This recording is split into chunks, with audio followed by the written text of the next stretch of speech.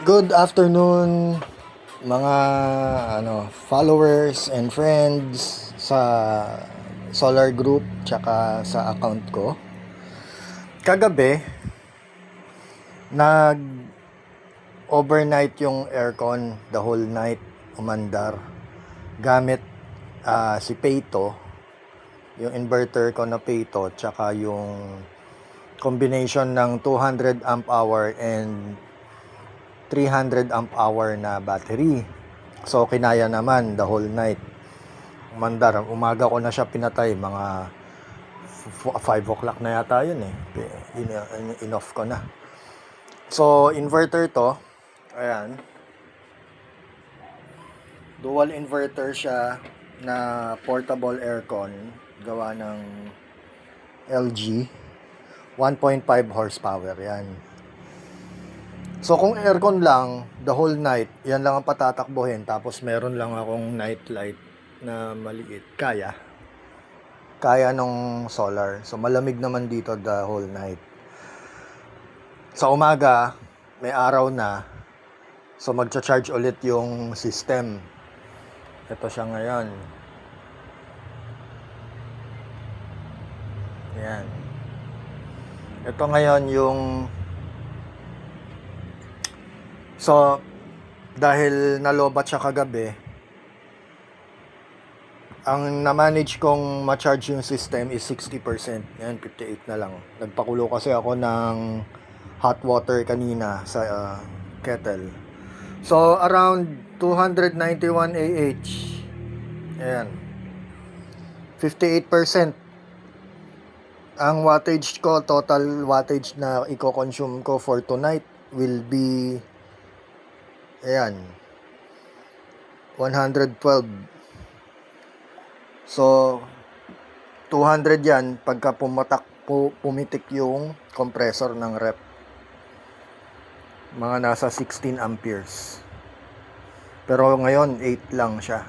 Patay yung compressor ng rep. Hindi inverter yung rep eh. So, wala siyang Meralco. Walang naka-plug. Yan lang naman yung saksakan. Dito, wala rin naka-plug. Tanggalin ko na nga to. Yan. Ito yung dating saksakan ng aircon. Walang naka-plug. Dito sa baba, yun, internet lang sa grid. Napakaliit lang naman ng konsumo niyan sa grid. Di ko na dinagdag sa kasi baka maputol yung connection eh. Hindi pa naman kasi naayos yung line ng bahay. So temporary lamang. Kita niyo yung extension, hindi lahat yan gumagana. Ito sa aircon, ito sa isang cooler lang, ito. The rest, hindi naman gumagana. So, nakaabang lang. Huwag niyo na muna pansinin yung mga extension kasi aayusin naman yan later on. So, just to get the total running condition ng off-grid. Ang tumatakbo, electric fan, cooler. Pagdating dito, meron exhaust fan kasi mainit. Kanina nagpakulo ako ng tubig gamit yan. Ito ay 800 watts po yan. Nagkape ako. And then, yung ref naka-on ngayon. Ayan. So running yung ref, hindi po siya inverter. Condura. Hindi po inverter yan. Lumang-luma na yung ref. Kailan pa tong ref na to? 2010? Ha? 2010 pa to. Hindi pa inverter yan. Exhaust fan. So, yan lang naman ang umaandar. If dinagdag ko pa yung mga ilaw, siguro kakayanin naman ng off-grid. So, sinisimulate ko ngayon pa lang kung ano yung magiging conditions ng off-grid. Ito ngayon ang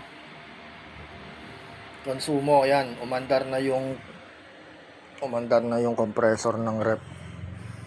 Pumugot na ako ng 16. Labo.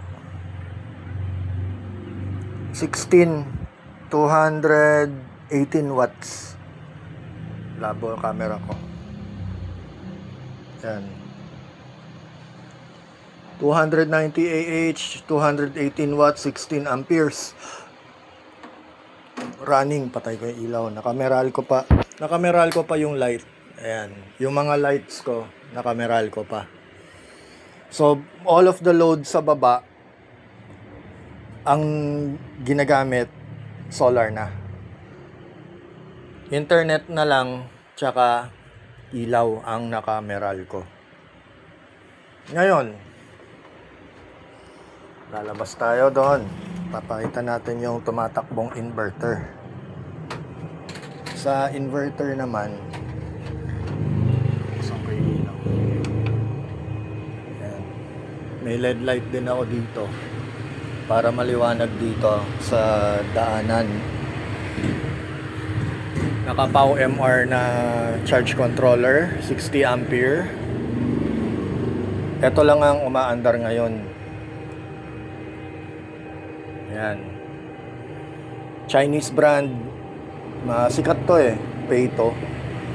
Pero hindi naman wala tayong ina-advertise. Although meron din akong Australian na Kings.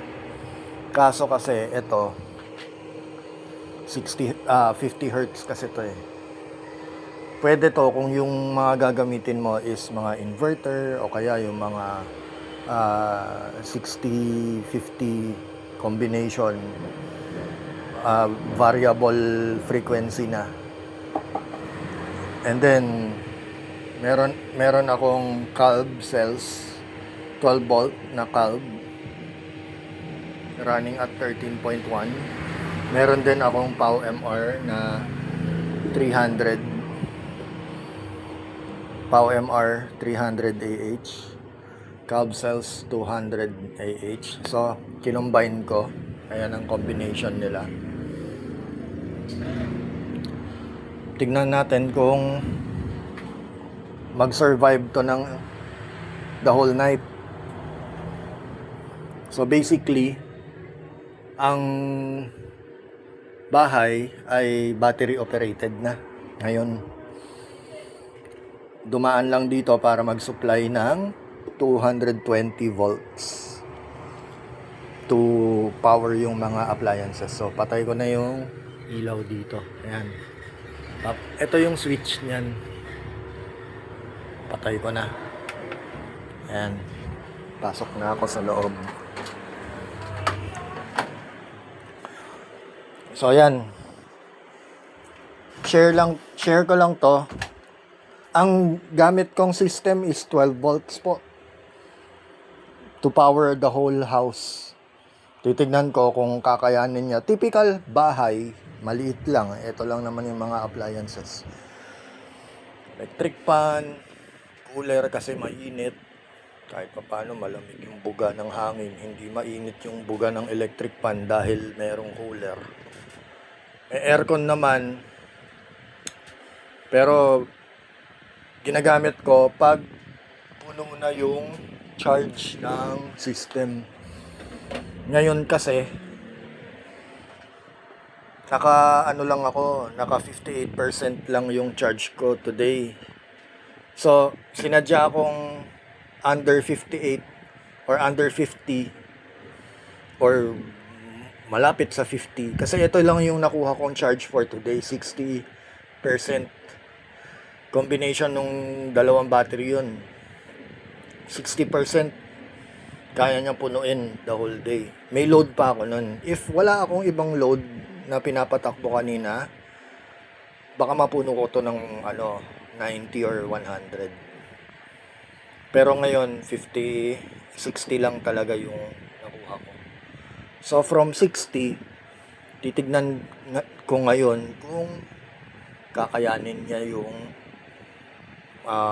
mag-sustain ng load for tonight. So ayan, wala akong internet lang. Pagdating dito, may isa pang saksakan dito sa kitchen. Ayan. Wala rin naka-plug. Bakante. Walang naka-plug. So aside from that, wala na akong ibang naka-plug. So that's the setup na mangyayari. Kung kayang patakbuhin ng ganito pa lang, sinisimulate ko pa lang, palagay ko naman kaya. Okay, laking tipid niyan. Oh, ayan. So yun lang guys. Small typical setup ng bahay for the average Filipino lang. Meron pa nga dyan, iba mas tipid pa dito. Kasi yung iba wala namang cooler, wala namang exhaust fan na patatakbuhin. Yung iba nga, lang, electric pan, ilaw lang talaga. So ayan, balitaan ko kayo tomorrow morning paggising ko, o kaya mamaya late night, mamaya ibibidyo ko kahit mga 3 o'clock or 4 o'clock pa yan ng umaga, bibidyohan ko kung yung system ko ay bumagsak at hindi niya na-sustain. Ibig sabihin, kailangan ko talagang punuin ng at least 90 above or 100 para ma-sustain niya. Hindi niya kakayanin pag half lang katulad nito. So yun lang guys.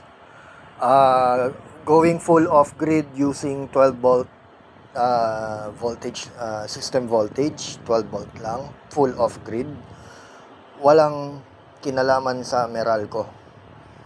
Hindi kumuha ng ATS, hindi kumuha ng hybrid backup, hindi kumuha ng kahit ano from Meralco. As in talaga, darating ang time, malapit na, papaputol ko na yung Meralco.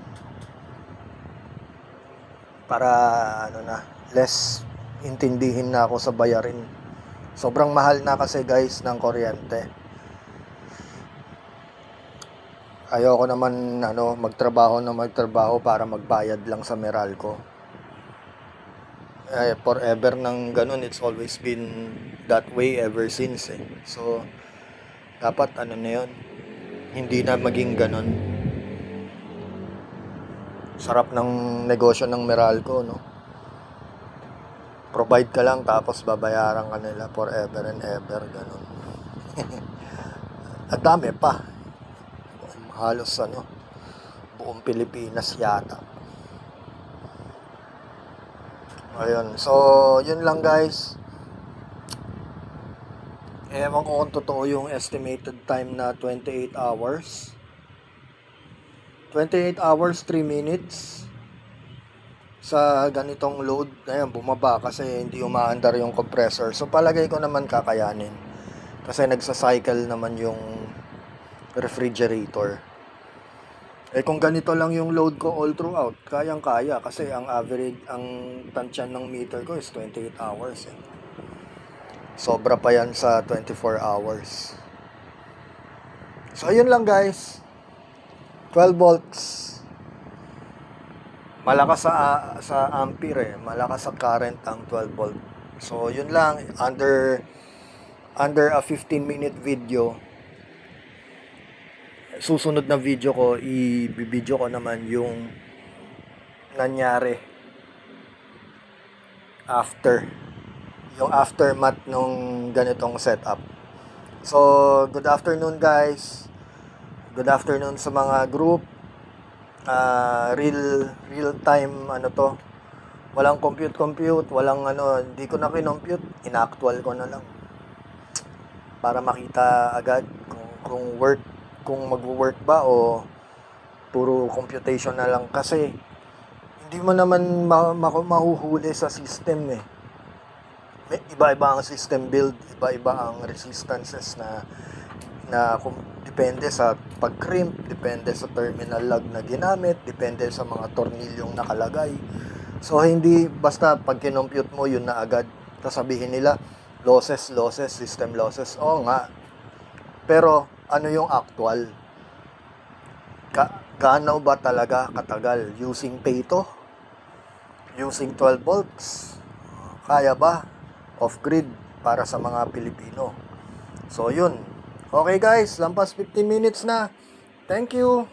Sana mag-work. Balitaan ko kayo kung ano yung nangyari. Bye guys!